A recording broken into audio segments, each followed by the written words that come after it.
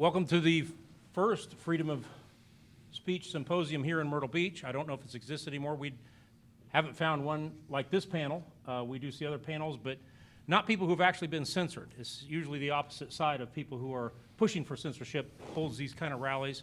And as I'd mentioned to you before, we weren't deplatformed. We were banned in France for a little bit, put us back up as long as we didn't mention Brian and Mike or Robert or Dr. Malone, because you know they're all very nefarious characters out on the street, right?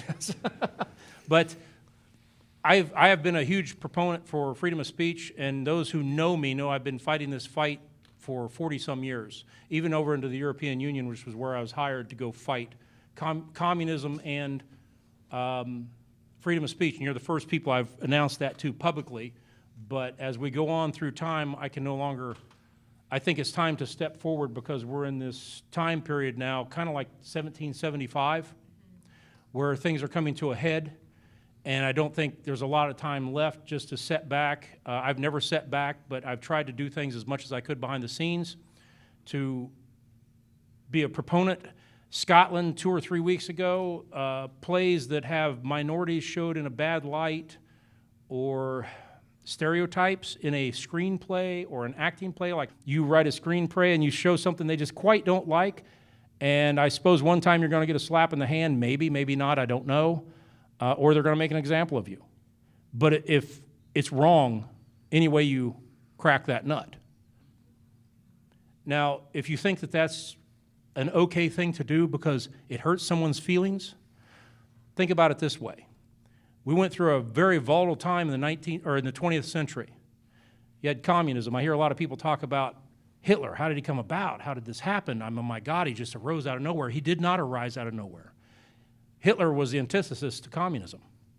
Communism was pushing so hard, they just wiped out the Ukraine, 1932-33. They're bordering up on Germany. So in order to oppose a force this harsh, you have to have a person this harsh. And that's what our founding fathers did not ever want to happen. That's why they said freedom of speech for everyone. So over here, you had the Bolsheviks, Stalin, and on this side, Germany was in ruins, so you got Hitler, which would have never existed had it not been for communism. He couldn't have come to power. Everybody knows what happened. Awful things. 100 million people killed at the brunt of communism's hands in the 20th century. Being a study of history, I knew this. My dad was in World War II. His brothers were in World War II. We can't go there again. We seen a movie last night about the Holocaust. We received heat from that movie. We had 2 media companies in Myrtle Beach put up a laughy face on the Holocaust and thought it was funny. We don't think it's funny. And there's so much going on behind the scenes that's hard to believe, and I think Brian's movie exposes some of that, of what goes on behind the scenes. We have to maintain a freedom of speech and an open dialogue. I think for artists' sake, we have to tell the stories that need to be told. They need to be allowed to be uncensored when they make a movie. We're seeing it in the United States. The films that we get to the film festival for the last 19 years, the political agenda in films anymore is so rampant. It's in a lot of not in documentaries. We expect that in a documentary. We're talking about in entertainment. And it's grown from about 5% when we started to almost 85% now. So it's this massive push through society to be radicalized either one side or another. It's dangerous. And what I mentioned about when Hitler came to power, you have something so strong as Stalin coming in and the Bolshevik Stalin crew coming in and wiping out the Ukraine, you're going to have that to combat it. You're not going to have a gentle, soft-spoken person who's going to negotiate. And when people start to think, well, that's okay because it's on my side, they're censoring people that I don't agree with, so that's good. Well, what happens is Hitler. You have someone stand up and said, hell no. In fact, there they are, get them. And so it's this back and forth pendulum until it finally clashes, and that's not where we want to go as a society. We've been there before. We happened inside of it in World War II. It also happened in World War I. That's a much deeper subject. But we don't want to go back to those times, and that's where I fear we are leading because of censorship. They're shutting people down. You're not allowed to speak freely. Anybody who's here who went through the pandemic, what happened if you said, hey, I don't feel like taking that shot? You lose your job. And people say, well, it wasn't forced. It was forced. There was people in the hospitals that lost their job. Heather quit. You either get the jab or you don't go into work. That's a form of economically boycotting you to starvation. You're going to listen or you're going to starve. And we will ban you. The hatred that was on social media, I could not believe. People I grew up with. Well, now you can see all that was not true. But people were, when you wonder, how did 6 million Jews get killed? How did the Holodomor happen? You witnessed it. We were one tick away from someone making a call saying, yeah, go ahead and ban them from the grocery stores. You remember there was talk out there, ban them from the grocery stores. Don't allow them to get gas. There was also push to state that you will not have health insurance unless you get it. Well, for many, that's death. So when you think it's just, oh, just don't let them here or don't let them there or I'm going to do this, it's a death sentence. So is it any really difference than the gulag? And we're seeing this over and over, and we're seeing it in film heavier and heavier and heavier. The things that are coming in with entertainment are off. Some of the stuff is just awful about this. That's what they're being taught in colleges. Now you see what's going on in colleges like Columbia University, I think it was yesterday or the day before. It was the Hamas, kill all the Jews. So are we any different from where we were in the 1920s? And it was not a lesson to stop this garbage. And our founding fathers knew it because they put it in the Constitution. They put it in the amendments. The First Amendment, freedom of speech, freedom of press. Second Amendment backs that up. And we're giving that away. And I'll tell you, once you give it away, you'll never get it back. I'm going to turn it over to Mike. I'm going to turn it over to Brian and let them talk. And I'll get up there occasionally and go check cameras. But other than that, I'm going to remain silent from here on out unless there's a question at the end. I just want to start by saying thank you, Jerry, for having us. And thanks for setting up the Freedom of Speech Symposium. And again, Jerry contacted me about 6 months ago. And before our movie won any awards and started being featured in other festivals, and said, Brian, this is important. This is right up my alley. I want you to come here. I want to feature you. And I just really appreciate that. So it's worth the trip for sure. Great to be here and great to have such an audience that's engaged. It's just incredible. And I feel also really fortunate. I get to sit up here with Mike. I just met Mike a couple months ago when he came on London Real. Before that, I watched his interview on Tucker Carlson. I think a lot of you did as well. And I was blown away. The first thought I had is, where has this guy been hiding? Because I didn't know much about Mike, but I'm now learning more and more. And, you know, the big question I wanted to ask is that I told you a story tonight about my experiences. This is what happened to me. But I was very curious as to what Mike was thinking when he watched this film, because Mike is zoomed out, I think, to 30,000 feet or maybe higher and knows so much of the history of what's been going on here. And from our brief conversation on London Real, you know, Mike said a few times, you know, you think this, you know, this is business as usual, Brian, in not only a business like YouTube, it's in every single corporation, and it's been going on for decades and decades and decades. And so a lot of us have woken up in the last few years and said, oh my gosh, I can't believe this is happening.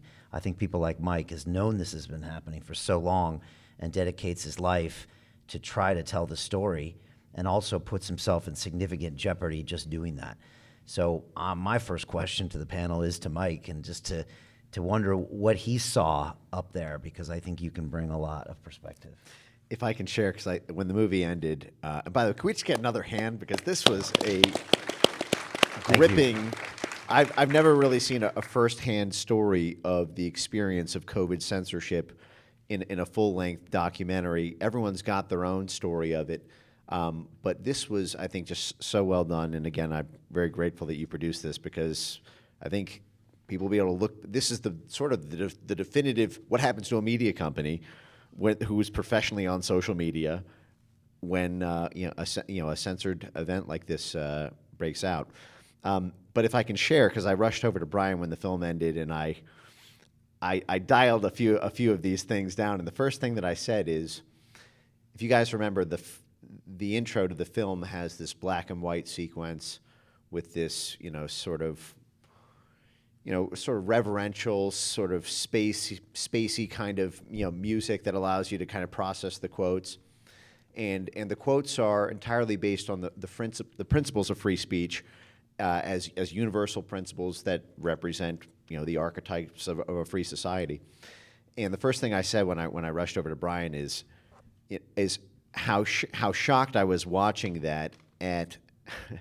I think I said, "Don't punch me in the face" or something for saying this, but it looks indistinguishable from CIA propaganda during the Cold War that was piped in, produced by our Department of War, distributed by our intelligence services and their media grantees over in Eastern Europe, in order to project what a free society looks like, how it's based on the bedrock of free speech, in order to galvanize the internal population of countries behind the Iron Curtain to rise up against their corrupt government.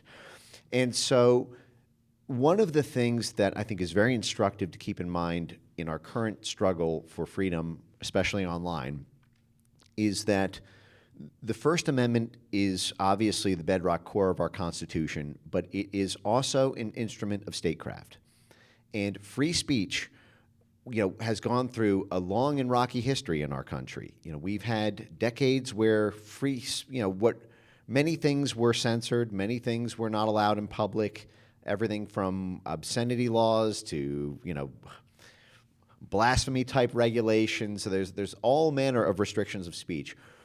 In the 20th century, after the Second War ended, after World War II ended, free speech became a driving plank for the State Department, our defense services, our intelligence services to project around the world in order to build up a network of friendly capacities within those countries to have their own media powers in order to rise to political prominence themselves in order to have a new government that's more favorable to the U.S.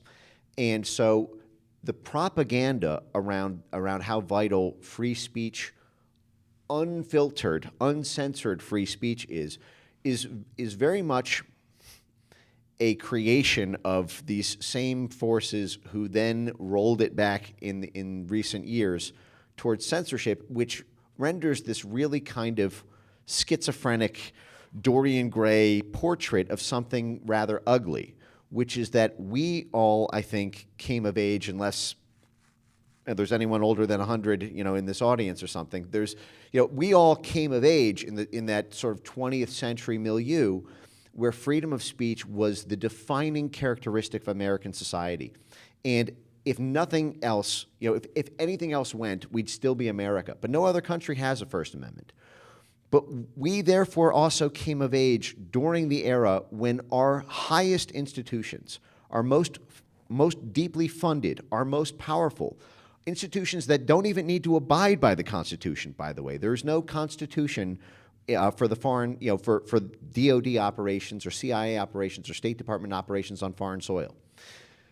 We came of age in an era where that was propagandized by these institutions because it served a cynical purpose, which was for the benefit of an empire that laid outside of our homeland.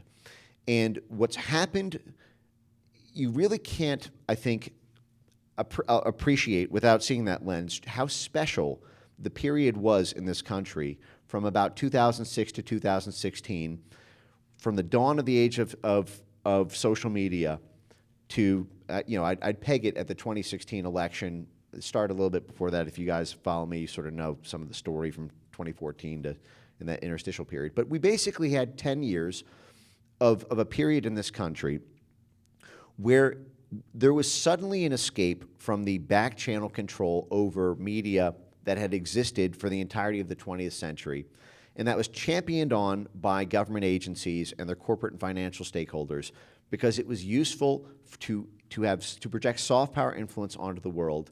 And we're now living in the total Orwellian inverse of that, as those same institutions now see free speech as a threat from the inside, the same way their own propaganda films that they propagandized foreign populations and ourselves to believe when they wanted other citizens to organically rise up against their government. So I thought that was the first thing I noticed in the film that I thought was very funny, which is that this is actually organic.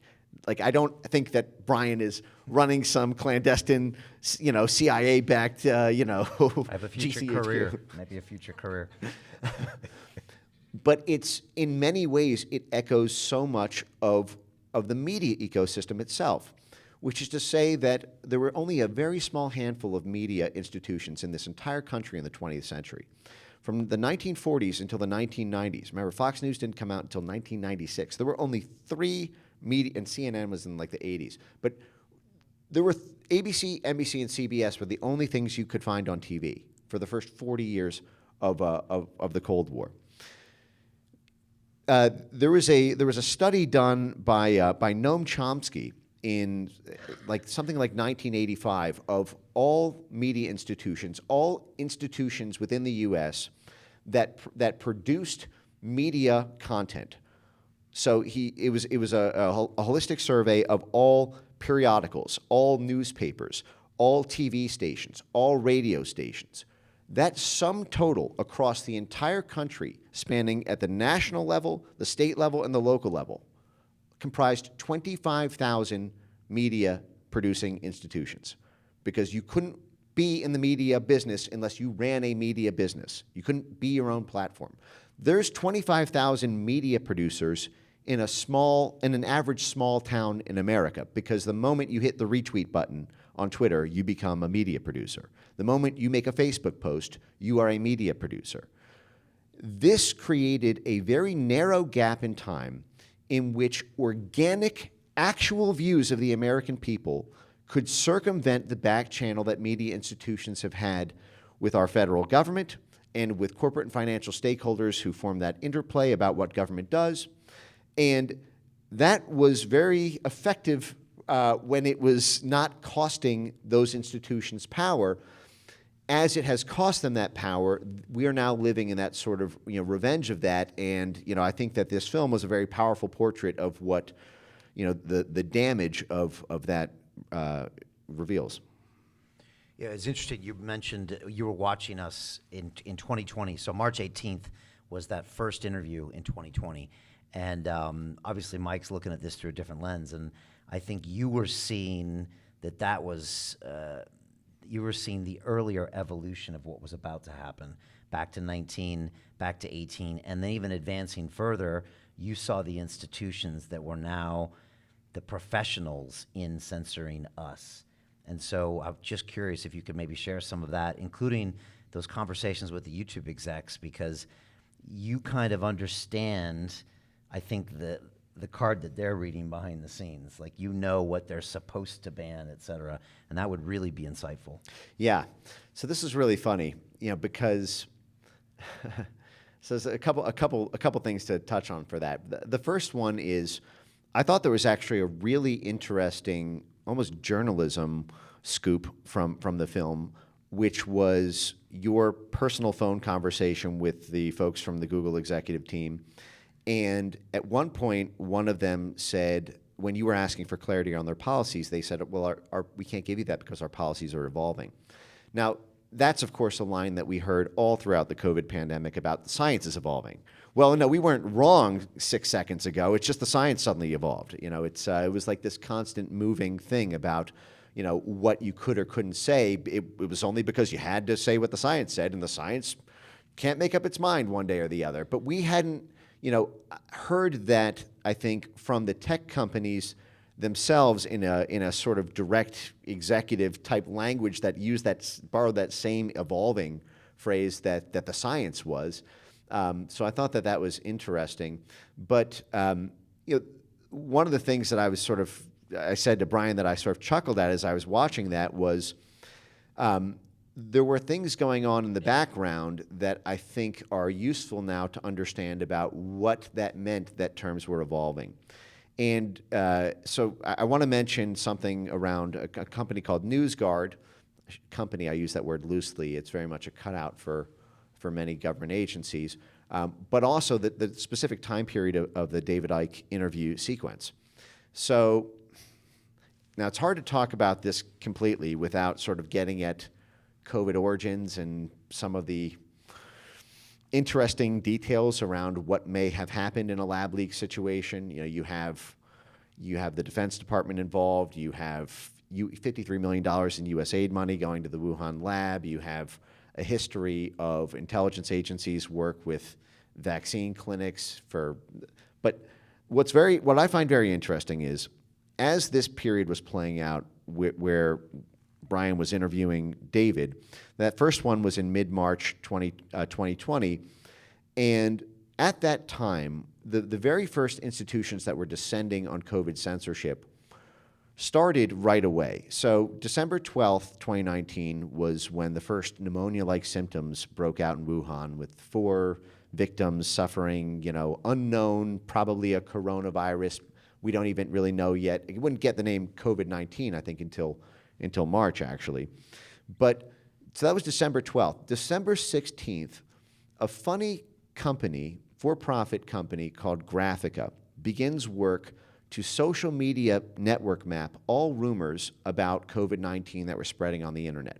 And Graphica did this in tandem with the NATO Psychological Operations Center, that's known as their Center of Excellence, but it's their Center of Excellence for winning hearts and minds. It's set up basically to capture hearts and minds in Eastern Europe after the Crimea annexation in 2014. And what I find very interesting about this network mapping exercise that entangled Brian and London Real was Graphica's a very interesting history. It sort of derives its name from graphing, producing graphs. You may have seen these. They look like sort of spherical balls of yarn with nodes and links between nodes that'll have an influencer's name and how they link to the distribution of social media posts to other influencers. And it's a very common way to show a narrative network map that censors can then use to target everyone in the network, or to tweak algorithms so that the things they share in common are selectively censored so that it doesn't get its censorship residue on other communities.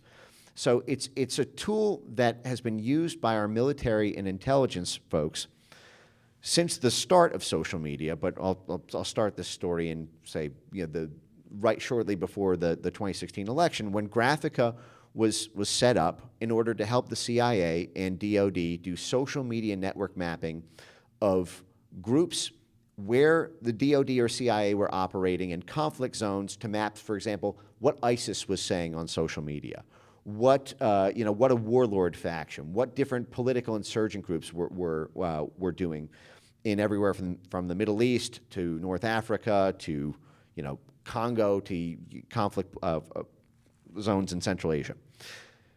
Graphica was then deployed domestically. After spending its first couple years doing purely CIA DoD work, it was deployed domestically on Russiagate for Trump because there was this foreign nexus, potentially. They wanted to know about Russian influence operations on U.S. soil. And Graphica was then folded into the Pentagon's Psychological Operations Research Center unit, which is called the Minerva Initiative. And if you go through the Minerva Initiative files, you'll see some very interesting topics that they do work in, which involve increasing citizen trust in government post-coup. Now, I find this to be very interesting because the Minerva Initiative, which does psychological operations research, so these are the folks who give the ideas to the Pentagon based on social science research and anthropological research and social media mapping, and testing these theories in academia and looking at case studies and then making proposals about what should you do in Congo, with respect to what should you do in this country when it's either going through we need to regime change it and overturn their government, or we've overturned the government in a coup, but now we need to stabilize the country because rival factions don't respect the new government. How can we get citizens who hate their government because we've done them dirty, we've overthrown their government in a CIA-backed coup, how do we get the half of the country who hates us or thinks that this is a foreign regime that's who's hostile on their land, how do we instill a sense of trust in them in order for them to have trust in the authority of the new government? So this is the entity that descended on COVID censorship on December 16th, 2019, just 4 days after the outbreak of the Wuhan-like pneumonia-like symptoms in Wuhan.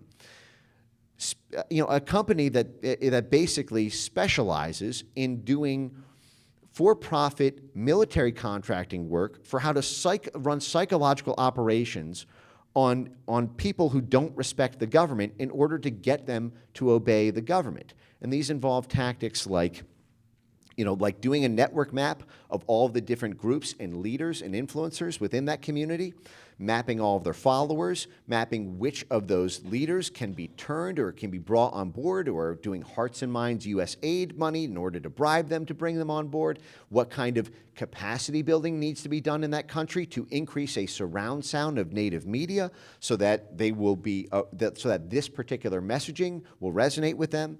What kind of groups need to be targeted for censorship so that they can be wedged off of that core group that you're trying to do.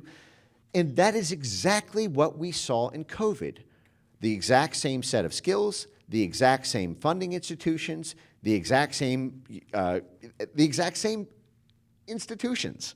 And just to bring this home, and I know this has been a lengthy response, because this now gets back to the Google call, where I think the film expressed rightful indignation at the content creator's plight. Well, how do we know if one slip of diction is going to kill my entire livelihood if these rules are not clear? And the answer was our policies are evolving.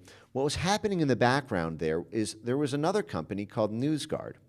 Now, NewsGuard, you may have heard of them. NewsGuard is one of the top censorship mercenary firms in the whole censorship industry.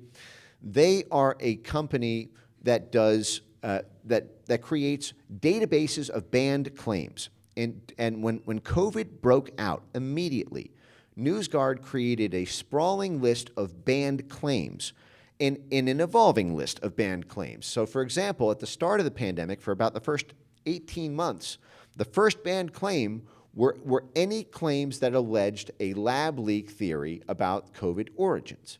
Now, they would end up deleting this from the banned claims list sometime in 2022, but by that point, they had already created a blacklist of over 640 websites, just in the U.S. alone, of websites that they had identified that had tripped one of these 80 banned claims. And these claims covered everything. They covered the efficacy of vaccines. They covered claims about the opaqueness of what's in the vaccines. They covered the efficacy of masks. They covered issues around what you could say to challenge mandates. If you were to make certain arguments that were not just that were on human rights grounds, or if you made certain arguments on efficacy grounds, they were banned on that. They had a generic section for conspiracy theories. If you undermined the perceived credibility or public confidence in public health officials, and they named Anthony Fauci, Bill Gates, and George Soros, because at the time there was a lot of discussion of him during those early stages. And so these claims were then sold as machine-readable scripts into the AI algorithms of the social media platforms, so that those terms, if they tripped a certain confidence interval in the algorithm that you were articulating them, if you said the phrases, if you had enough of these words in close constellation to one another, that they would be automatically flagged for either takedown or throttling, depending on the confidence level. Now, what's really interesting about NewsGuard is who's on the board of NewsGuard. General Michael V. Hayden, who was the head of the Central Intelligence Agency, the head of the NSA, and a 4-star military general. You had Anders Fogh Rasmussen, who was the Supreme Allied Commander of NATO. You had Tom Ridge, who was the head of DHS. And you had Rick Stengel, who was the Undersecretary for Public Affairs for the State Department, which is the third in command of the State Department, and specifically the head of the Global Engagement Center there, which is the censorship arm, if anyone's read the Twitter files there. So you had the head of the military. So you had a 4-star general. You had the head of the CIA, the head of the NSA, the head of NATO, the head of the DHS, and the head of the State Department's Public Affairs Unit, all on the board, the apex predators of the national security state, of our military, of our CIA, of our NSA, and of our statecraft affairs on the global stage, determining what you could say about a lab leak, or what you could say about the efficacy of masks, or what you could say about whether mandates were good or bad for humanity. And so, I look at this film and I see the impact of a proxy war playing out many levels above it, and this is sort of the microcosm of what the end result is. Brian, I got a question for you. How'd you get through to Google moderators that quick? That's like a... Yeah, so those are probably some of the only recorded calls with anyone from YouTube talking about that. So I was part of the partnership program at YouTube. I had been down to the headquarters. They had me for lunch. I used the studio because I was a creator, and we were early on. I started my London Real channel in 11. I was on YouTube in 07, and I found out Mike beat me in 06 by jumping on the platform. And so we had people there. And so I was able to make a phone call. Very few creators can actually make a phone call to YouTube. And then after they banned me, I couldn't make a phone call either. But we had that, and also we were very early on, probably some of the first people to have that banned content because we were super early. Again, March 18, and I was talking to David Icke, probably one of the few people to start formulating ideas so quickly and in real time and putting them out there. Later, I'm sure everyone and their mother had these theories, but we were really, really early. So I was also speaking with people. If I played the tapes in full, I'm sure Mike would be smiling big time because they didn't even know the script. And at one point they said, oh yeah, we've had these COVID policies for over a year. And they didn't even know what they were trying to censor. I remember I had one conversation where they said anything against WHO policy is going to be banned. And I remember early on, and correct me if I'm wrong, but I think early on it wasn't clear whether you were supposed to wear masks or not. Yes. They initially said don't. Actually, Yes. it's only for the sort of first responders. Yeah, exactly. They originally said don't, and at the time, I believe the governor of New York State said to wear masks. And I said to them, so you're going to deplatform the governor of New York State because he said something against the WHO, and there was a big pause. So they were clearly being dictated from another party of what they should be doing, and they were trying to figure it out. And here I was, a high-profile YouTuber, and maybe this was the test case. So now that I see things through Mike's lens, I can maybe understand a little bit more what was going on. Yeah, so the way the content moderation teams are staffed is they are staffed with folks who come from these agencies or who come from the interstitial lattice work of soft power institutions who work with those agencies. So for example, all of the content moderation heads at one point last year of YouTube, Facebook, Instagram, and Reddit all came from the Central Intelligence Agency as the head of Trust and Safety. And by the way, Yoel Roth, who was the Trust and Safety lead for Twitter 1.0, I don't know if folks have paid attention to where he is now. He is now at the Carnegie Endowment for International Peace. Nice sounding name. Okay, does anyone know who ran the Carnegie Endowment for International Peace for the past 7 years until a funny thing happened in the first month of the Biden administration? Okay, well, it was a man named Bill Burns is who ran the Carnegie Endowment for International Peace. If that name rings a bell, it's because he is the current director of the Central Intelligence Agency.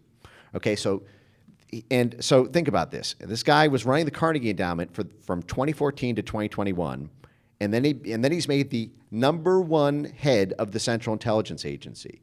What qualifies you to be the head of the Central Intelligence Agency, having spent the past 7 years at an endowment that works as a think tank for the CIA, the State Department, and DOD?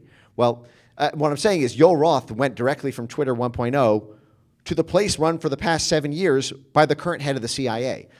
And now part of this has to do with the fact that until the creation of the censorship industry in 2016, there was no job for domestic censorship. The closest thing there was intelligence work tracking narratives around the world so that our Department of Dirty Tricks could exploit those, could collect those for intelligence purposes, or could exploit those for operational purposes. So the job of CIA analyst, there's two different career tracks at CIA. One is the analyst track, where you're doing intelligence, you're collecting intelligence, and you're writing analytical memos about it. It's very much a sort of nerdy academic job, and there's a lot of crossover between rotating back and forth with academia.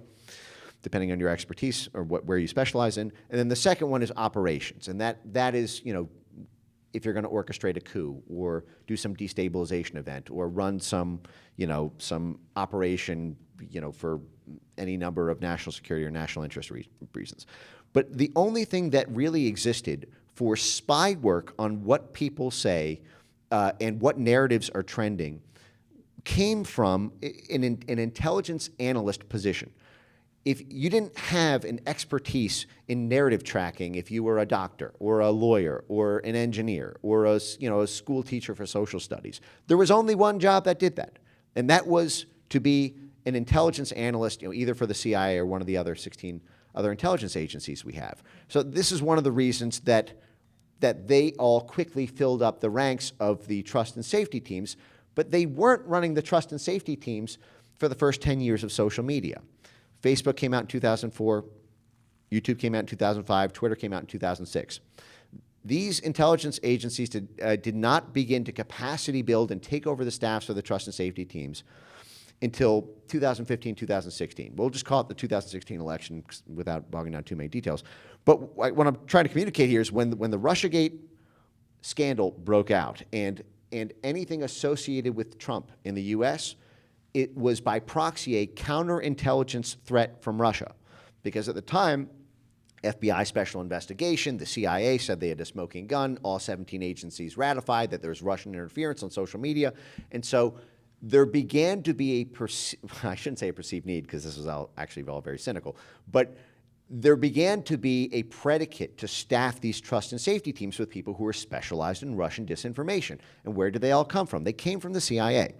And so as those institutions got capacity built, and they would hire more people, and those people would hire people, it would come from this lattice work of affiliated institutions, like the Carnegie Endowment, which is that CIA pass-through, like the Atlanta Council, which has 7 CIA directors on its board, like the Council on Foreign Relations.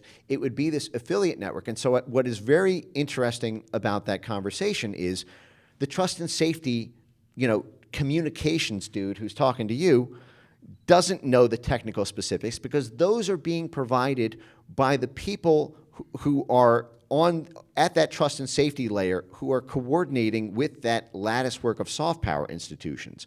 And those trust and safety teams do what they're told. And I'll tell you, because I know a lot of lobbyists in this space for the tech companies who've had interactions with these trust and safety folks teams, the trust and safety, the content moderation team at a big tech company is a compliance department.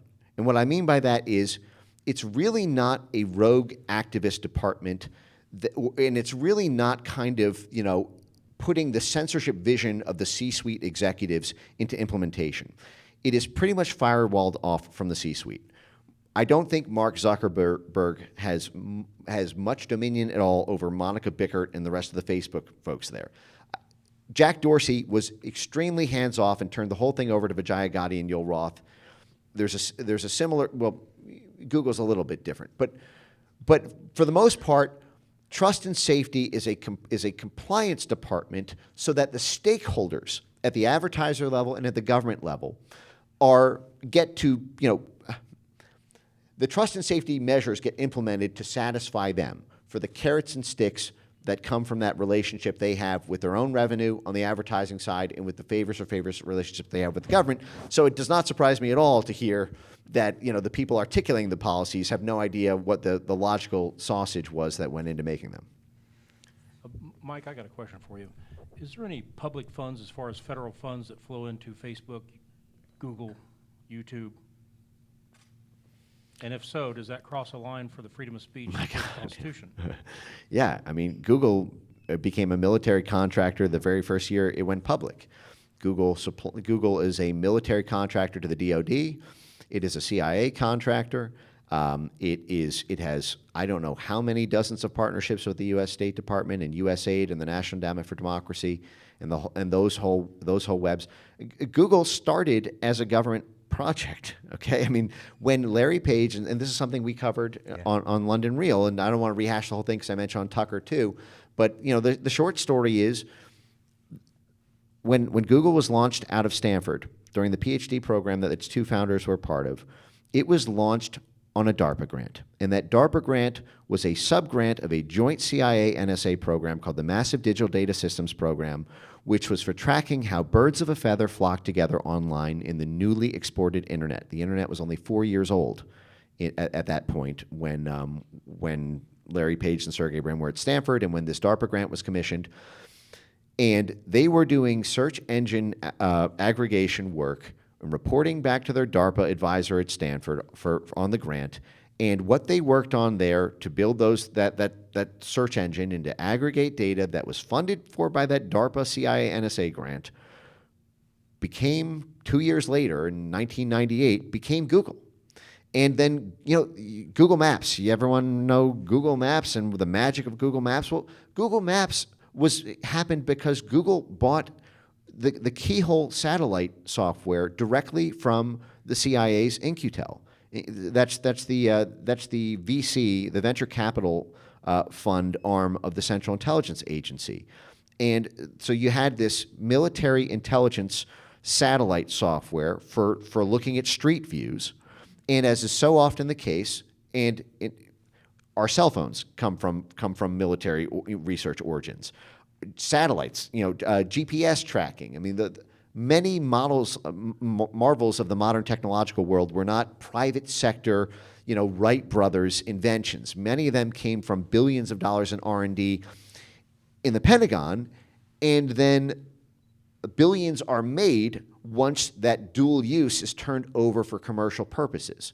And that's how Google got, before there was MapQuest and, a million other Apple Maps and all the other competitors, the origins of being able to navigate without a map come from Google buying the CIA's this spy satellite software. So, I mean, there's a million examples of this. I mean, I can go on forever on that topic. Does that cross the line for freedoms for the First Amendment? Well, Since it's now government is entangled in that? It does in the sense that I do not consider Google to be a private company. And we need to fundamentally, and this is something for a lot of conservatives and libertarians, they have a hard time overcoming the ideological mountain that they've built over many decades, thinking that our world was a different world than it is, which is that there is a reverence for private sector activity and hostility to government and public sector activity on economic efficiency grounds, on sort of tyranny grounds, and I totally love and respect and agree with 95% of that. But the mental firmware has to be updated, because in a globalized world where a private company depends on the government for favors in order to secure its international markets, or when it is funded and subsidized by the U.S. government, you cannot think of it as a private company anymore.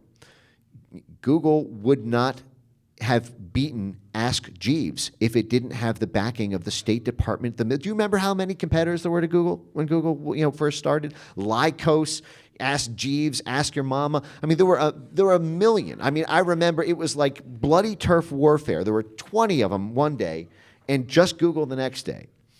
And Google has been this cutout. Julian Assange wrote an amazing article about Google that you should all look up right now. And it's called Google Is Not What It Seems. And it describes a very interesting meeting that Julian Assange had before he was arrested with Eric Schmidt and Jared Cohen, who are respectively the CEO and the kind of cloak and dagger Iago figure behind this. Jared Cohen, in many respects, if you follow my work, I've talked about this many times, he's in many respects sort of the godfather of the whole censorship industry. He's a guy who coordinated the regime change operations between the CIA and the State Department for social media activity. He's the guy who introduced the State Department and the CIA to the use of social media for clandestine activity when he joined the policy planning staff at State in 2007, and then was kept over by Hillary Clinton, and then moved over to Google to create Google Jigsaw, which would create the first ever AI censorship superweapon called Perspective API. There's now it's a multi-billion-dollar industry. As I mentioned, what Brian was ensnared in with NewsGuard selling AI machine-readable scripts of banned claims and confidence thresholds that could just be plugged in so that you could automatically scan and ban tens of millions of posts or videos that were transliterated to have those words. That technology is only possible because of Google, because of Google Jigsaw and Google Jigsaw's tiny little internal nonprofit that was started by the guy who came straight from the coup planning center of the CIA and State Department, whose job was to orchestrate the Arab Spring for the CIA. He leaves in the middle of it to join Google in a Google's nonprofit think tank, where he was supposed to sit in a room and look at a white wall all day and think about all of the ways that Google could use its proprietary resources and data, we're the largest in the world by far, in order to solve complex geopolitical problems for the State Department and for our intelligence services. Now, this is the manufacture of the world of automatic censorship that we live in today. If you remember, before 2016, there was no automatic flagging. Someone had to flag it before it could be banned. And there was a lot of overconfidence at the time that censorship would never be that sweeping, because you couldn't hire enough people to censor all the different posts. Well, it turns out you don't need to hire those people. You can simply buy the censorship software from a CIA contractor to do that scan and ban work automatically. And the same thing that is being funded to the tune of hundreds of millions of dollars in R&D by the DoD to do that. So when you have these events like COVID, where it appears, however non-conclusively, that there was a lot of malfeasance around DoD and CIA in that whole kerfuffle, and maybe that's a topic for another time, that those are also the ones who are coordinating the censorship of, it's the perfect crime, right? I mean, not only were they the ones who possibly may have done it or contributed to doing it, but they're the ones who are in charge of censoring any investigation or any public claims raised about any subcomponents of the crime they may have done. So I'm getting a couple of questions answered tonight. A lot of people asked me in 2020, they said, Brian, what's the motivation of YouTube to stop you talking about COVID? And I could never come up with a good answer. Some people said, oh, they own a vaccine. I never really bought that. Some people said, oh, the advertising, the pharmaceuticals, less obvious with YouTube. Maybe you could do that with mainstream media. But Mike, from what you're saying is that they're missing the point, is that because this is a global corporation, it owes favors to the U.S. And the CEO might not even know, but they have to comply. So whether you're selling donuts or you're a media company, you're going to have some manner of having to comply with what's being sent at you at NewsGuard. Am I understanding that more correct? You don't have to see the direct connection, because if you are a successful global company, you by definition are connected. Yes. And then to your next point, us having this debate about, earlier someone said, well, a private corporation could do what they want and the government is different. You're saying we have to upgrade the mental software because these entities are no longer private. They're quasi. Oh, yes. So on the second one,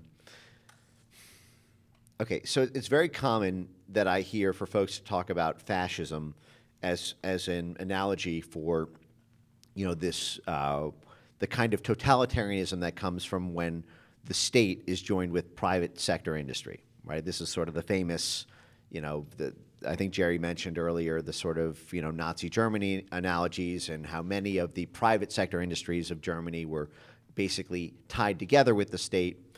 You see this also in left-wing communist authoritarian countries where industries are nationalized, and so they're held as state-owned companies. But it's important to get past the point and sputter of that. That's true, but that's not. There's levels far beyond that kind of simplistic framing device, as useful as that may be for illustrating, how evil it is. There's something that is referred to incessantly in censorship industry literature, censorship industry conferences, white papers, government officials. Everybody who's involved in it knows this phrase, knows it well, and has known it for 6 years now or 8 years now, and that's called whole of society. This idea of a whole of society model for combating disinformation, for censoring social media speech. And this is a critically important concept to understand, because it lays bare the myth of the private company. So the whole of society model is this idea that the government alone can't do all of the censorship work for a number of reasons. In the U.S., there's a constitutional limitation on direct government censorship. So the button has to be pressed by somebody else. They need to have a partner do it in the private sector. Let me just start with the high level here. You think of it as 4 quadrants. The whole society comprises the government, the private sector, civil society, and media. Government, all the different government agencies, as well as the legislative branches. The private sector are the tech platforms, and they are censorship mercenary firms or censorship technology developers like NewsGuard or Graphica. Civil society are partners of the government in universities, in nonprofits, in foundations, in NGOs, and in activist groups. And then the 4th quadrant is media, which are mainstream media institutions who are partnered with the government and with this newly created fact checker, industry network. And what I thought was really interesting, coming back to Brian's experience, was I think during the Q&A, someone asked, how were they in position to shut down the broadcast so quickly? And Brian replied, well, the BBC was actually monitoring all of our, broadcasts, or monitoring this one, or they were basically keeping an eye on you to report you to the platforms. Is that correct? Yeah, that completely surprised me. Me, not you, I guess. Yes. Well, But to have the British Broadcasting Corporation pressure YouTube to take me down, again, I could never get my head around how that worked. oh, Why? oh my gosh. I can't tell you how many hundreds of these conferences I've watched where they explicitly not just call for that as an operational framework, but actually bring the journalists from those institutions in order to tell them that this is the operational framework, including the BBC itself. Okay, if you guys, I don't mean to do a shameless plug here, but I do a $5 a month subscriber, kind of set of 5 hours of classes every week, essentially. And the very last one that we did a couple days ago was a censorship industry planning conference from 2017 that was in Bratislava, Slovakia. And at this conference, it joined together Michael Chertoff, who's one of the godfathers of the censorship industry. He was the first head of DHS, and he was the interim head of the Disinformation Governance Board when Nina Jankovic was there.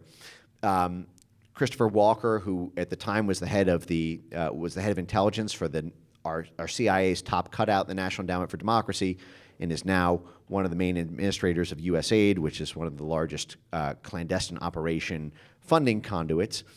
And they brought, so these two folks from government, the guy who was the interim head of the Disinformation Governance Board, and the guy who ran intelligence for the CIA's top cutout, which was actually created by in a letter by the CIA director Bill Colby in the 1980s.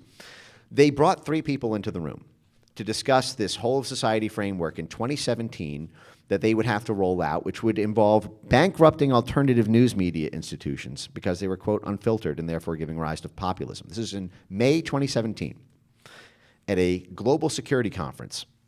And they brought together 3 people.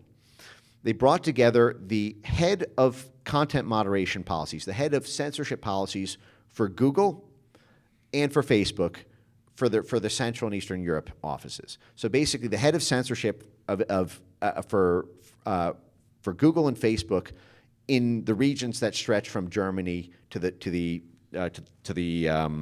eastern tip of Ukraine, because at the time that was the main crisis region post-Crimea, and that's what the CIA and DoD were most concerned about, winning hearts and minds in. But they brought a 5th person into the room, which was one of their deep contacts at BBC. I forget the person's name, but it was a BBC reporter. And I can give you a bunch of other examples. But so they brought in, so you have the guy who's running again, intelligence for the CIA's top cutout, the interim head of the Disinformation Governance Board, who actually was a part of it was kind of the godfather who published the initial blueprint to even create a Disinformation Governance Board, and they corner in the room 3 people: the head of censorship for Facebook, again in Eastern Europe, the head of censorship for Facebook, and a guy from the BBC.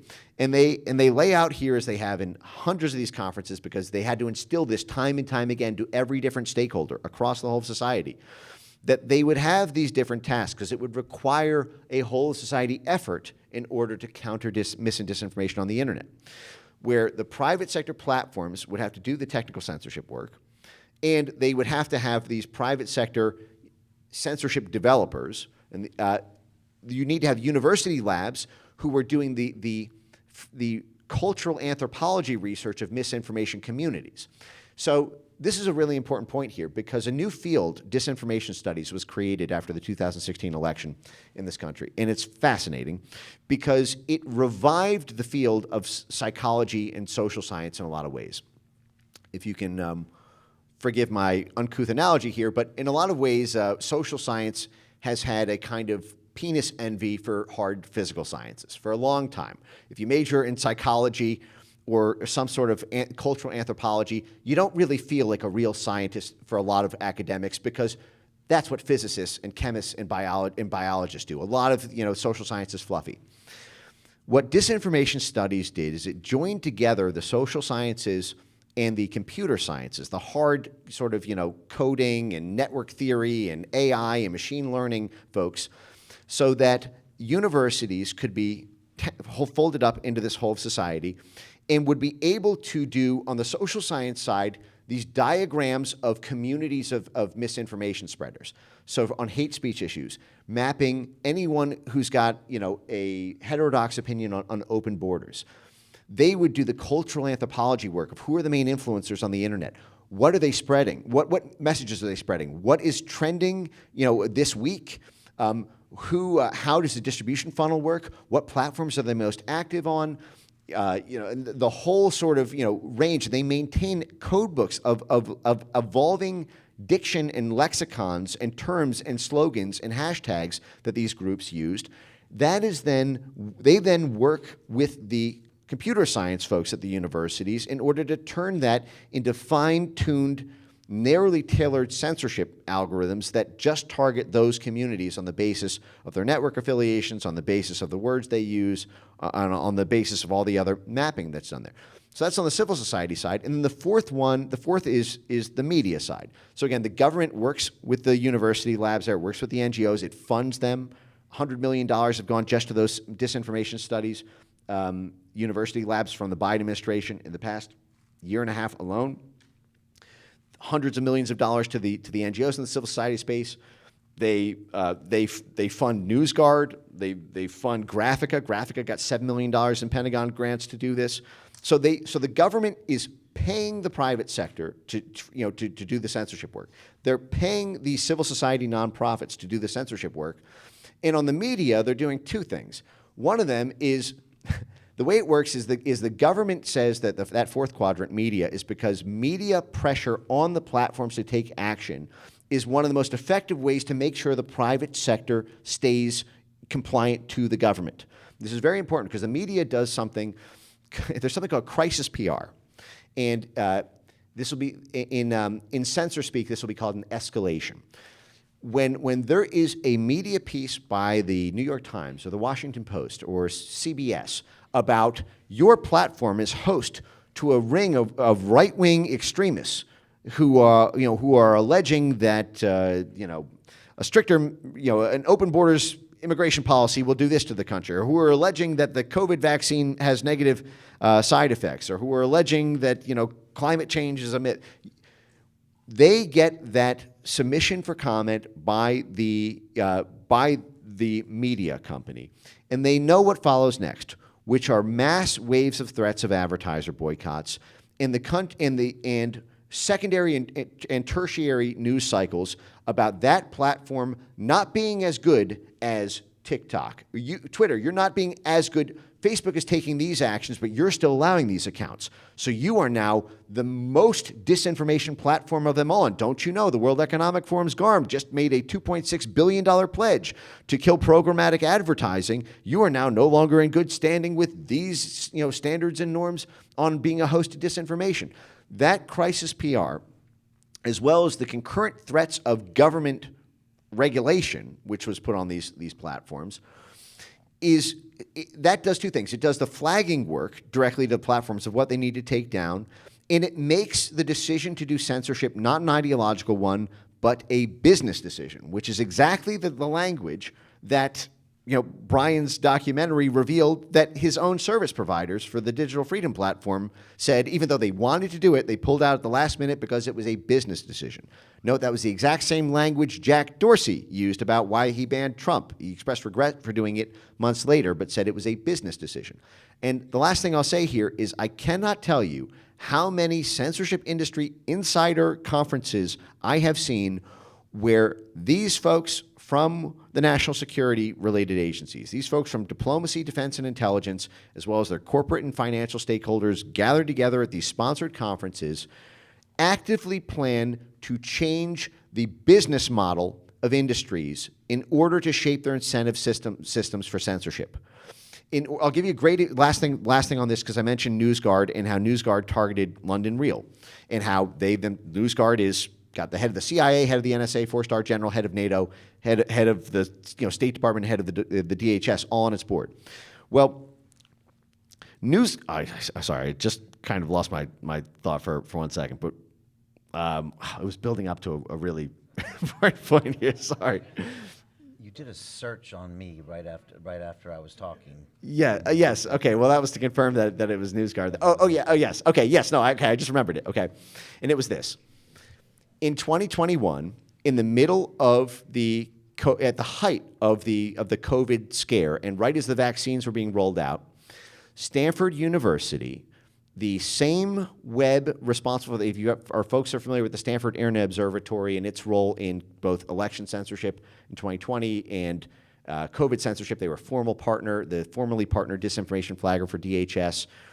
Their head of technical research started her career in the CIA. It's run by the former head of the State Department for Russia Affairs under the Obama administration. It's at the epicenter of our foreign policy establishment and the whole Russiagate apparatus.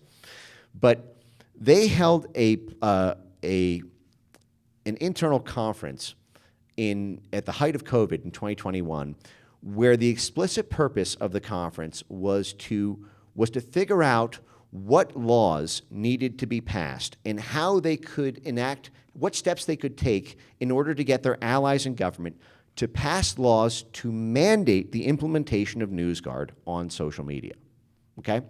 And so the entire conference was about how, was this. They said our private sector censorship mercenary firms, like NewsGuard, like Graphica, like the Global Disinformation Index. These are for-profit, private sector censorship mercenaries who sell censorship technology and sell censorship machine-readable scripts to the platforms, could be sustainable because they were running up debt. They were not profitable because there's no organic product-market fit.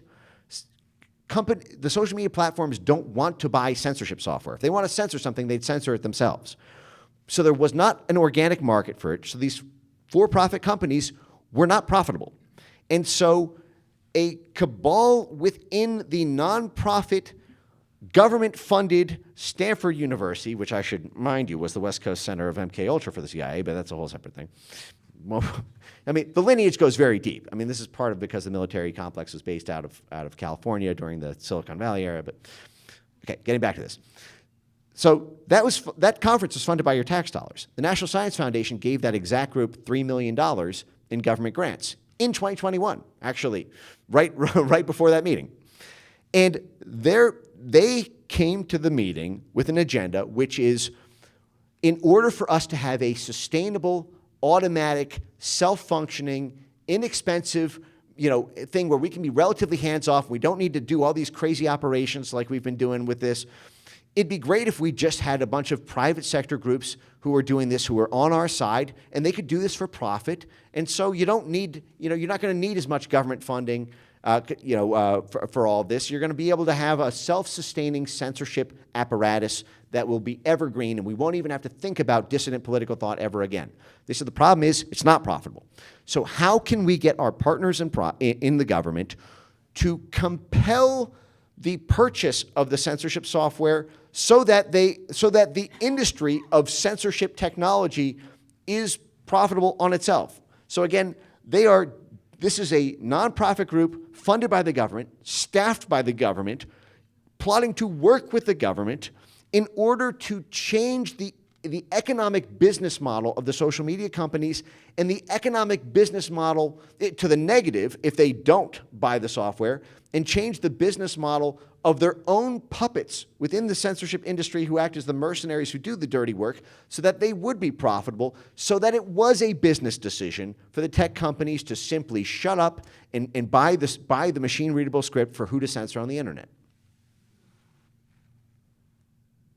This is like the greatest episode of London Real right now. Yes, right there. Constantly learning from you, Mike. Look, you were a part of the Twitter files, and I was just wondering if you could give us just a big picture look at what that was like to be a part of it and kind of what you discovered. I mean, there's a point in the film where I'm getting bombarded from different sides, and I've always talked openly what the YouTube files might look like. Just curious what you can tell us that you saw. Yeah, it was a really interesting moment of history to kind of be a part of in the small way that I was. I was not, given the internal Twitter files. I was a guy, on my own pirate ship. I'd been working on this since, I dedicated my life to this basically in, mid to late 2016. Long before I became a character in the story, I was writing the story. I sort of became a character in a story that I was basically writing. In 2016, I committed to writing a book on this called Weapons of Mass Deletion. I'd been working on a documentary. I sort of, and then I had a chance to go into government and actually maybe do something. So I was like, okay, well, all this stuff is fast evolving. And so then after government, I created my foundation, and I was doing a lot of the investigative journalism and publications and media speaking about the larger story that the Twitter files peeked into. And where I entered the story was probably about 8 or 9 Twitter files in. I think there's been something like 30 Twitter files drops. And I was watching the folks who were tasked with deciphering the Twitter files with excellent intent, and big-brained folks who were certainly capable of understanding the larger picture, but that I perceived really needed a sense of direction in order to sense-make what they were seeing. So, for example, they'd post screenshots from emails, and they'd have a caption describing it, and then move on to the next, and then I'd watch the media coverage of it, and I'd see 1,400 things in there that were not, that were the real bombshells, or this connects to this, this, and this. And so I began doing a lot of public speaking. I began making a lot of noise about that, and at some point, there was an inevitable collision course with the folks who actually had the Twitter files. When they were seeing what I was publishing, they had a kind of holy crap moment of, that's what we're looking at.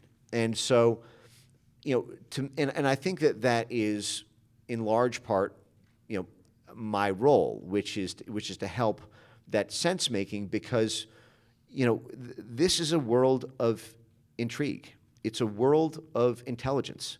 It's a world of laundering, and deliberate laundering and deliberate obfuscation. I mentioned earlier how, I spent 6 years, before I started my foundation, morning, night, and day. Everyone would say I had the man in the box. It was the name because I always had my headphones in, listening to some new censorship conference, and every moment of the day was basically, in these people's calls or Zooms or forums or white papers to be able to, as this whole thing was getting set up.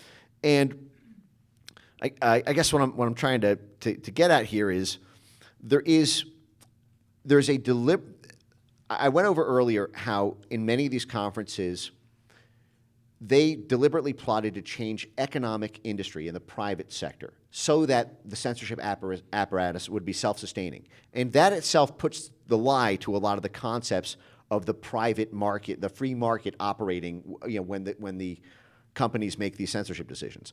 But another thing that they spend an incredible, an absolutely staggering amount of time dwelling on is how to package the censorship concepts in a way that will not trigger the stench from the lay public, so that they actually understand what they're looking at. And I'll give you a great example, actually, that touches on something from the documentary. I saw that one of the things that NewsGuard tagged you for, and one of the things that was in the documentary, was that you were hosted Judy Mikovits, right? And the folks who did Plandemic? Yes. Yeah, you caught hell like that, I'm sure, Yeah, for that, right? Judy is a big red flag. It must have been, right? Oh, yeah. So there's And a fun... and by the way, for everyone to know, you were on your phone searching London Real on NewsGuard, and a bunch of flags came Yeah. up. You did that in real time. Yeah, just like literally Just right during there. Q&A. I Okay. wasn't... I thought I was afraid to look rude looking down my phone. But I was like, actually, hey, I bet I can... And it's just, it's all there. I mean, because they produce these reports. They turn these reports into machine-readable scripts. They sell those scripts as a license fee for how they make their money. And I mentioned how this Stanford University cell is probably the most influential of the now 60 different U.S. universities who all get government funding for censorship work, disinformation studies programs. 60, okay? It's like one of the fastest-growing majors. Basically launches you into the intersection between big tech and big government without needing to work, for some UN NGO type thing. You immediately get launched in the action with that career. It's very exciting to a lot of young people. They get a godlike power at a very young age. They get to work at a very high level.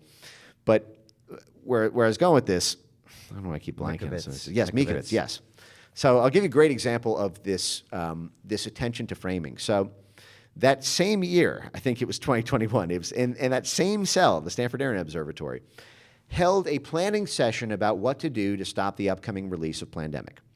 So if you remember, the Sinclair Network, which is one of the largest sort of conservative broadcasting networks in the United States, was going to host Plandemic, the first sort of professional documentary about scam elements of the pandemic.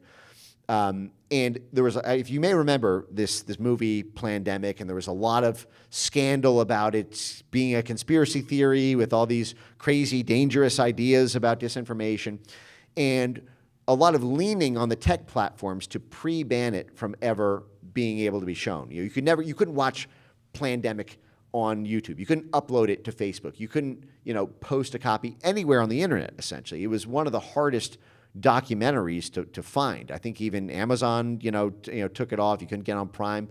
It was like Samizdat, basically, is a movie. It was like an underground piece of media that you had to, know somebody to be able to even watch. But it was going to be picked up by Sinclair, which is a major broadcaster in the U.S. And then this network leaned on Sinclair, threatened their broadcast license in order to get that taken down. But 2 weeks before it came out, Stanford convened this same set of individuals who come from the CIA and the State Department and the DOD and the Rand Corporation and MITRE, major military contractors. Again, this whole diplomacy, defense, intelligence network. And they were reporting, they started the meeting by reporting on all the actions they had done around the world. And they mentioned Asia and Africa and all these different specific countries where they had worked with their contacts at the social media level around what precautions they were putting in place to prevent the distribution of this. And then the rest of the conference was dedicated to dealing with the residual. They made a lot of good inroads. We've basically set up this network. It's going to be banned as a matter of terms of service on the platforms. But how do we make sure that people can't just mass upload a million different copies of it, and then it'll be an enforcement nightmare, even though it's a ban of the policies. If they're overwhelmed by the volume of violative, uploads, then maybe they won't be able to censor them all. And so at that point, they openly, and you can see the clip for this, by the way, it's on my X timeline. I have it there. I also have it on my Rumble. It's pretty amazing. And they said, well, we do have one way that we can stop it. We could use something that was called the Global Forum for Countering Terrorism, GTIFC or something. It's basically the Global Forum for Countering Terrorism, and this was a shared database of media content that by law all of the major tech platforms and all of the forums. So YouTube, Facebook, Instagram, TikTok, Twitter, Reddit, Twitch, Discord, they were all part of this because this was set up so that there would be it's called near duplicate hashing. It's a way of identifying at the pixel level and at the metadata level and at the sound level, like anything that comes anywhere close to matching something that's listed in that's basically forensically identified in that database as being a piece of terrorist propaganda. Because again, they set this up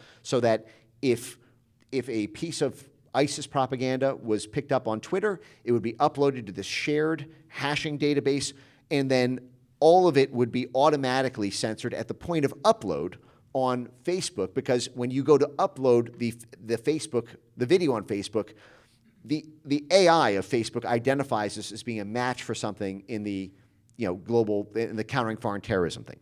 And they did this for the Christchurch shooting, if you remember, New Zealand in 2019. Remember, there were this sort of horrible massacre in New Zealand where, I don't know, like 20 people or something were gunned down at a mosque, and Australia had sort of passed a government law that you couldn't share that video. They broke out that tool then. So you couldn't even, if you tried to upload that video on Facebook here in the US, it would tell you that, it would already know that video was a thing. But they referred to this technique of using this Global Forum for Countering Terrorism technique. They referred to it about 10 times throughout and they were joking with each other after a certain point. They said, that's our option to, quote, nuke it from orbit. We can, this will nuke it from orbit. We can use this to nuke it from orbit. This might work. It might have some blowback, but it will nuke it from orbit.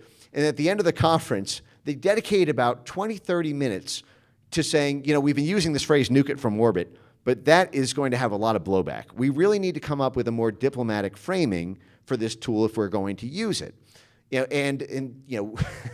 They basically settled on calling it an intervention. It was no longer nuking it from orbit, even though that's what they said it was, until they internally said that's going to look really bad. If we give a New York Times quote that we're nuking pandemic from orbit. And by the way, we're government funded and we come from the CIA. So the phrase was, it was a misinformation intervention. We are saving people from themselves from being exposed to dangerous misinformation.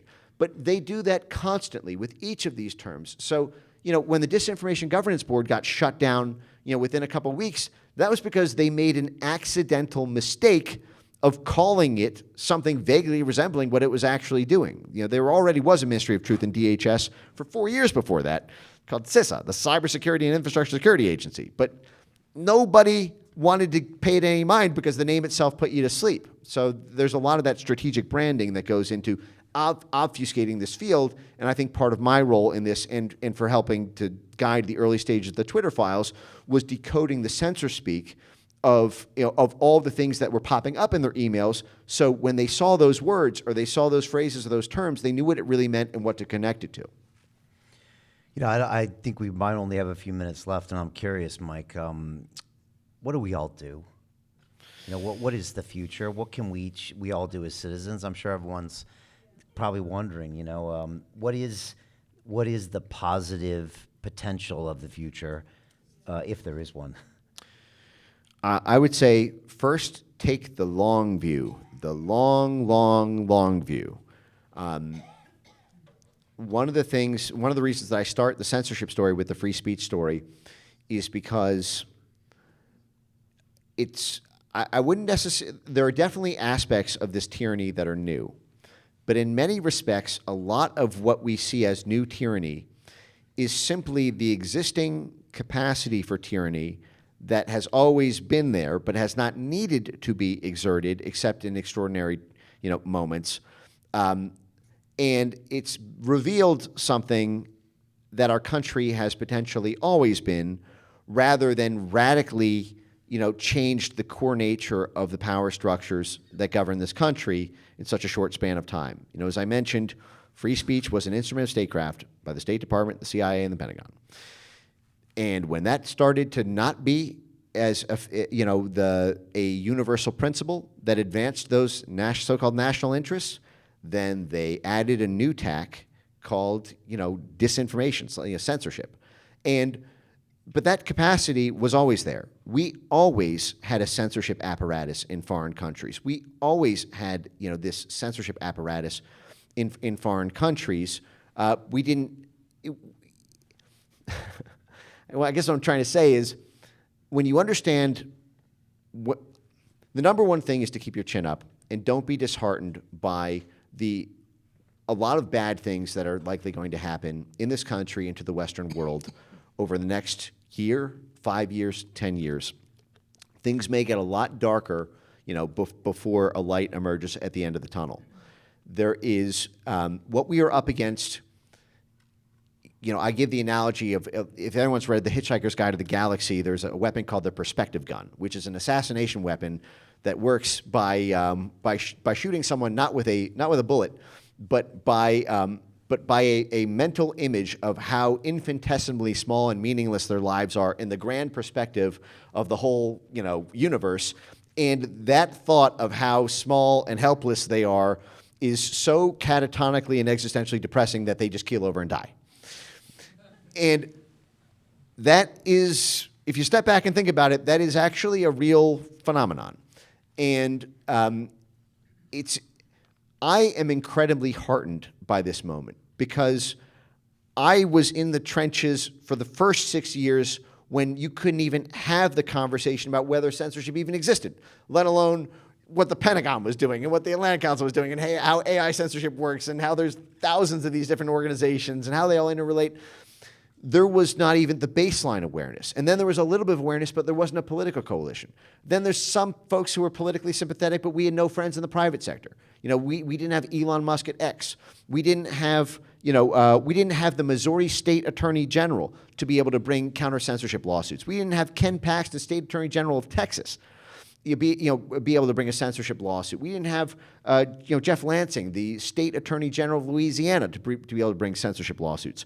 We didn't have 6 or 7 states who are now trying to codify digital Bill of Rights for individuals versus the platforms and the governments. We didn't have the idea of getting the Disinformation Governance Board disbanded was not even on the table from 2016 until 2021. The Twitter files, the parade of lawsuits. We had a slam dunk ruling on July 4th this year, at the legal level. We have a Supreme Court case pending. There's a dozen other lawsuits on this.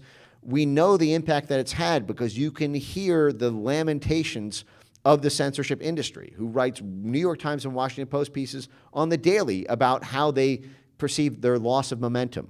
But they've countered their loss at the political level, which I think we are winning at the level the battle was being fought from 2016 to 2020. But what we are now faced with is something much darker and potentially more unstoppable than what we were up against before. As they have lost ground at the downstream political and persuasion level, where the fight was initially fought for the first few years, now that we're winning here, they've done a dangerous gambit that takes the battlefield predominantly out of that space and moves it upstream to a threshold issue around direct government censorship. The reason they had to use this sophisticated government censorship laundering apparatus in the U.S. in 2020 was because we had a First Amendment that had legal prohibitions on doing that work directly. And it was unsightly for a government to look authoritarian across NATO by passing government censorship laws beyond generic hate speech laws that existed, for certain ethnic strife since the end of World War II. There were not disinformation laws, for example, in Europe. There were not disinformation laws in Brazil. There were not disinformation laws in Australia. There were hate speech, but it never was about, you at least had some sort of hat dangle there, saying, hey, I don't think mail-in ballots are trustworthy. Now it's just truth itself is a bannable offense by law at the government level. And that has changed the stakes because you can't necessarily persuasion game your way out of that. Because if it's banned by law, you can't mobilize to change those laws because it's illegal to advocate the substrates of those positions, you end up in the kind of tyranny world that Jerry was describing at the start of this segment.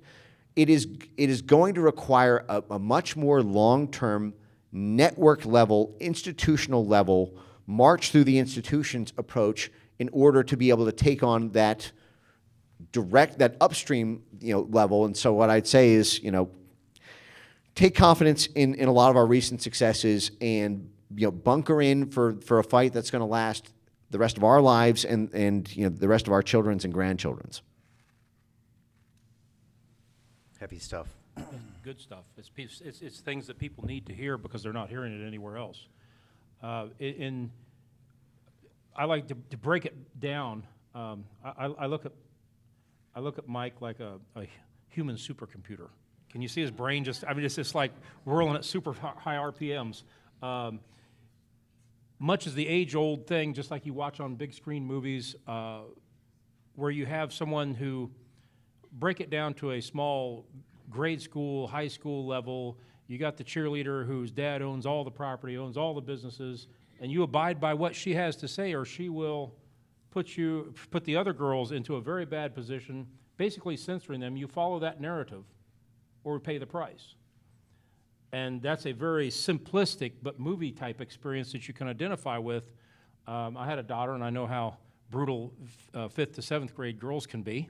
And so it's the same thing, isn't it? It's wanting to control the narrative and control what people have to think and say. And if you don't go along with that perspective, censorship, maybe by as easy as economically sanction you, so basically you're going to have an extremely hard life or starve to death or actually be taken out to the street and shot as they did in the regimes. Well, that's exactly right, and you're actually using the technical language that the censorship industry uses and what Brian ran into in the documentary.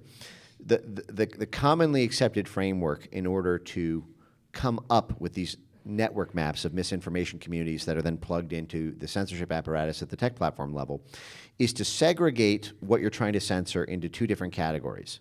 One of them is called narratives, and the other one is called claims. And claims are the substrates of they are the component, they are the sort of subatomic elements that comprise the nucleus of the narrative. So, for example, a narrative will be, a misinformation narrative that they'll decide on is COVID vaccines don't work. That's a narrative. But there are 50 different claims about why COVID vaccines don't work. Insufficient testing, adverse side effects, doesn't stop transition. I mean, it's itemized out in a decision tree, 50 things long. But at the high level, because they started off with just, sort of doing this narrative thing, and then they said, oh my God, well, here's the problem. We're not giving enough guidance. We, the government or the government-funded, intelligence and statecraft pass-throughs are not giving the tech companies enough direction on what to censor because, we want them to censor anything that promotes vaccine hesitancy. But how do you know if a particular sentence promotes vaccine hesitancy? Well, now you need to go into all the different subcomponent claims of what comprises that narrative hesitancy, narrative. And so initially they were doing this on the basis of narratives, but now it's in this much more technical forensic. This, by the way, this is why it requires hundreds of thousands of people on government payroll doing this between the U.S. and all the different NATO countries, and I'm not exaggerating when I say that number, by the way, is because there's so much work that goes into generating all those different subclaims so that each particular subclaim can be in an updated database for the tech companies to be able to make the decision about what something is. And that's constantly evolving, which gets back to, the apparent obliviousness of Google's own sort of executive team, who's not in the technical CIA analyst weeds of what goes into that sausage. They just know, hey, we got a general policy against misinformation. Well, what's misinformation? It evolves. Well, can you give me any more than that? Not really. It's still evolving. Well, that is because they know the narrative is banned. But the specific list of claims and its fine-tuning and, like the great example of this is NewsGuard, which targeted Brian for the first 18 months. That is their number one claim, was, that the COVID originated as a lab leak. But then, Chris Wray comes out and says, as you put in the film, actually the FBI's leading theory is that was a lab leak. It's like, okay, well, it looks a little, We'll take that one off, and then we'll just make it unrecoverable on archive.org. I mean, it's all screenshotted, and you can find all this stuff in the articles I've done. But essentially, it's this management of a real-time database of all the narratives and all of the sub-claims within a narrative that you can and can't say in the Western world.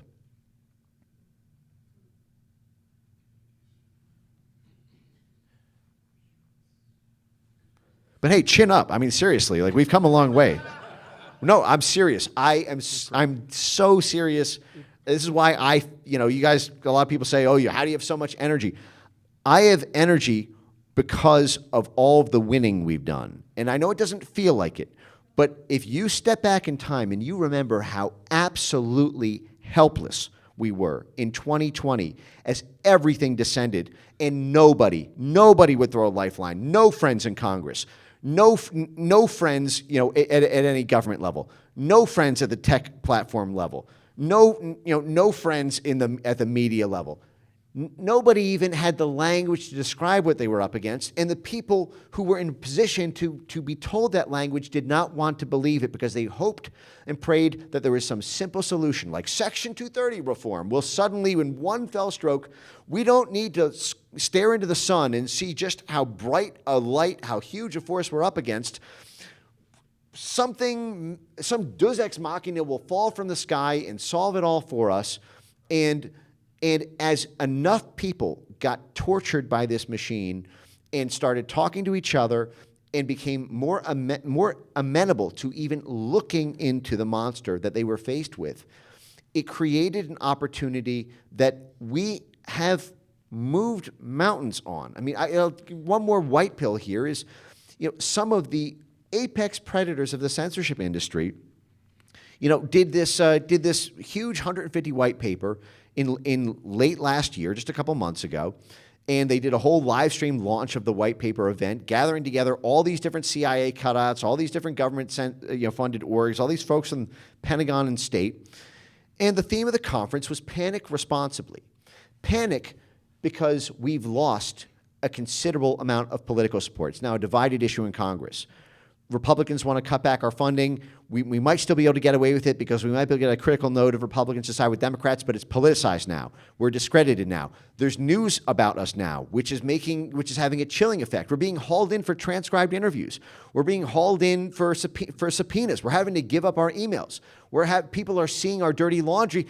They're catching us in the act. And a great example is DHS.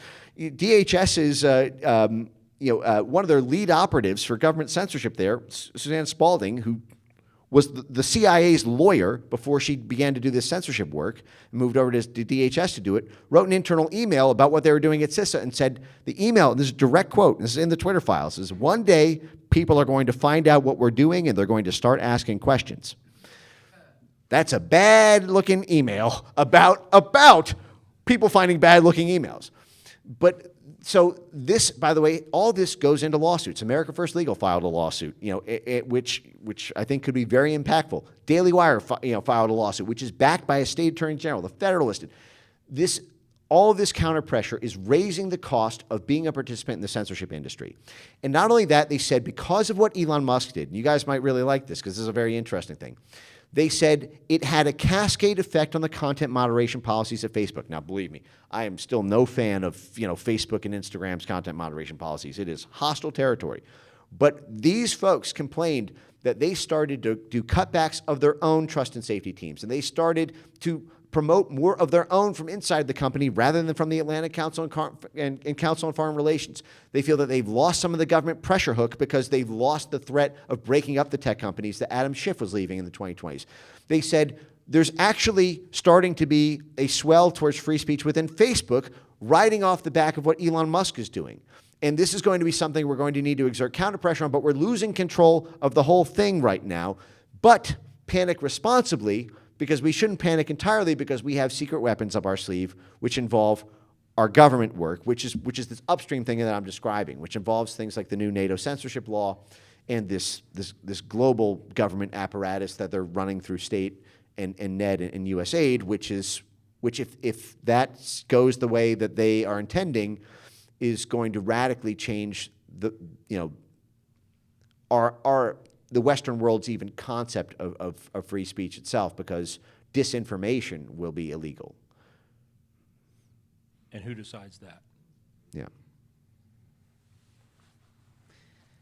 Well, there you go. Full circle. Brian, I want to really thank you for making this film, for standing your ground, and showing that I think to the audience that one of the things that I have always known and took from your documentary, when you feel you're right, and from a moral perspective, not something that's going to ingratiate you on a financial level, but from a moral perspective, when you're right, stand your ground. Stand your ground and don't back down. And it gets rough and it gets tough, and they're going to come after you. But remember, you're stronger than them. And that sounds like a cliche, but it truly is, because you're staying on the side of what's right. And remember, when the founding of this country happened, there was no way we could beat England. There's a long story behind that, with Thomas Jefferson, Washington, and the rest signing the signing of the Declaration of Independence. That was a big middle finger to the king. Come and get it. As much as you telling the ATF, yeah, come and get it. Well, they're going to show up. And England showed up. And we had no way to win. We stood our ground. We fought a little dirty. That's okay. We won. It's all about winning the war. But we stood our ground. And I think Brian is a prime example in today's digital world of standing ground. And someone like Mike on the side, who has really dedicated his entire life. He's an extremely intelligent individual. I'm sure he could really exceed in a lot of different areas. But to put himself out of that, to me, is a mark of what you'd call a noble human being. Like you read about in movie, or you read about in novels, or you see in old movies, that noble character. Because you can see he's extremely intelligent, could make a lot of money in a lot of industries. This doesn't make it easier for you, does it? Well, that's just, you're telling the story of Brian Rose. I mean, we just watched that story. I mean, this, Brian could have done anything, and Brian was, in many ways, Brian actually was braver than me, because he put, his professional business. I am very fortunate to be able to be a full-time professional counter-censorship person, but I don't have a separate business which is cut off, where I don't have a You're not on trust. donut shop that I run that's going to be cut off from social media, or I don't have I'm not actively working as an accountant or engineer or doctor, where this, to me, Brian's stand actually means is a lot braver, because you could see a world where it would be so easy to say, well, okay, I'm still going to have these beliefs, I'm going to work behind the scenes, but I'm not going to lay myself on the sword of it, just for the symbolic power. I put Brian in the camp of a sort of Novak Djokovic, number one in the world champion, but can't participate, for basically an entire year in tennis competitions because of his. It came at an enormous cost on something that you didn't have to do. You could have. Brian could have tried to thread that tightrope walk in a way where he has David Icke on, but they just talk about the weather. And it's sort of like, they may make little innuendo, and, some people might be able to read between the lines, but they do as Google said, and complied with the terms of service, complied with the community guidelines. But again, I don't mean to be uncouth, but Brian put his nuts on the table and just said, "Come at me, bro." That's like another level. I'm sorry. Well, no, I was going to get to that. About Brian, we had a conversation out front. He started very small with a platform, and grew and grew and grew. So was his whole life. But he had millions. He had millions to lose when he took that stand, yeah, and we saw when he put David Icke on. It's as much as you losing everything you have in your bank account. Not only that, losing your house, possibly be put in jail. And right. that's what Brian did. So, but what I'd say moving forward is taking a whole society view of it, and I know there's different opinions on martyrs. Where martyrs can set in motion a kind of ideological revolution. But there's another school of thought that says you don't win a war by martyring. You by being a martyr, you make a war of having the other. It's important for folks who do go through this to find the network of like-mindeds and to capacity build with them and to join together and each scratch each other's back so that there's always a support system when they come for you. And we've seen that develop, and I think that's what Brian refers to when he talks about the kind of spirit energy that he felt in the universe that actually emboldened him to go through with it. Yeah, and in the movie, there's a couple references to that. Like Alex Jones says, look, you find out that when you do put yourself out there, that actually it's not as scary as you thought it was, and you get all these cosmic forces that align. I mean, Djokovic DM'd me during this and said, keep going. And I had a lot of occurrences of that. And then all of a sudden, we found solutions, and you do find allies out there. And so that was what's funny. When I watched the movie back, I learned from even our own experiences. But Alex was right. You find this new reality. I mean, look what happened to Alex. He kept pushing, and now he's back on X. I mean, who would have ever thought? He kept the faith. And then just going back to what Jerry said, I mean, we all know deep down inside what's true and what's right. And I think everybody knows the right thing to do in life. What do they say? The longest 18 inches in the world is the distance between your brain and your heart. And I think a lot of the information in the world, especially lately with disinformation, is we get confused and we don't act on what we really know is true. I got a funny feeling that everybody here tonight knows what's true and knows what's right, and that's why you're here, and I appreciate that. I think we just need to act on it. And then once we do, I think it opens up all these possibilities. So with all the hardship I went through, I would never, ever change it. I've made the best friends. I've been inspired. I've had people that really matter support us behind the scenes, including everyone here. And it's all well worth it and worth everything that we did. And I didn't have a choice. I really didn't have a choice. Alex Jones asked me on that first episode, Brian, why did you decide to fight back? It wasn't a decision. It wasn't even a choice. It just made me angry. I had to do it because something fundamentally was wrong when they tried to stop you from expressing your truth, period. That will always be the case. And lastly, I just want to say it's nice to hear what Mike said, because I can only imagine the world you were in 8 years ago when no one even believed what you were talking about was even potentially true. And again, back to 2020, you're right. How dark was it then when you didn't have any of these forces that now are there helping along the way? So you've made me very optimistic tonight, and you've also explained a lot of my life for the past few years, so thank you. Because I didn't know what the hell's going on. It's one thing to fight an enemy you understand, but when you don't understand that enemy, you keep fighting, but now it really starts to make sense of why what was happening and what was happening for the first time ever. So thank you for that. And thank you. And I actually just, for my part, just to end with one more note of optimism is, it was not until November 2022, with the House turning over to the Republicans and a sufficient amount of us talking about it, despite and fighting through the censorship, that we actually got a House Select Subcommittee on investigating COVID origins. That is a formal House subcommittee. And while it has not, necessarily bitten an arm off, it has drawn a lot of blood, so to speak, as a gory analogy. I'm sorry, apologies for that. In terms of this censorship apparatus and its legitimacy, that the House of Representatives has a formal committee ongoing to investigate it. And for the first time ever, in just a couple weeks, Anthony Fauci himself will be forced to give his first testimony in front of this committee, and will be grilled by the subpoenas will fly, and who knows what will pop up in the transcribed interviews associated with that.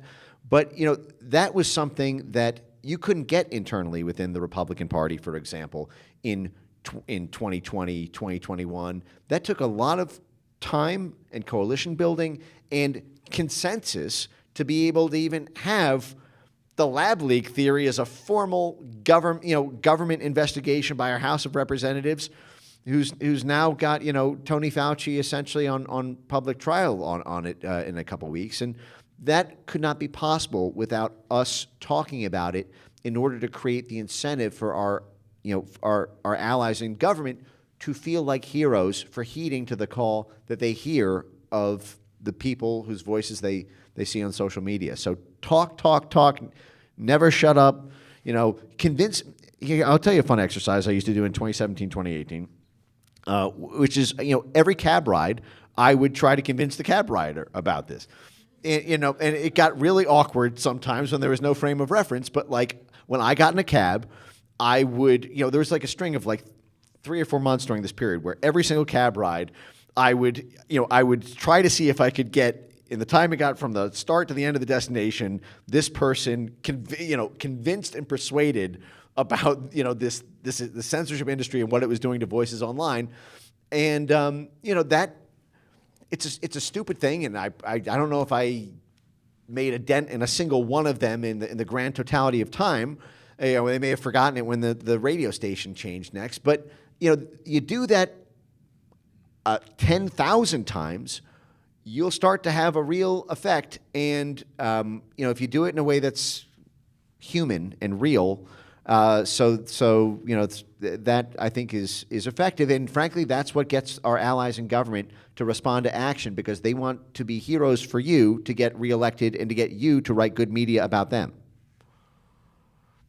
Brian, I want to thank you for having the courage to do what you did here and make the film, and to always stand for Thank you. Thank you. for what's right. Thank you. My pleasure. And you did it at all costs.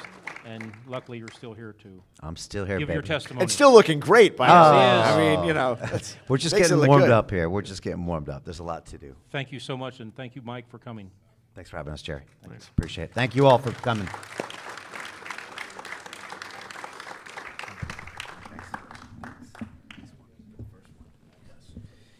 I bring up that last point kind of as I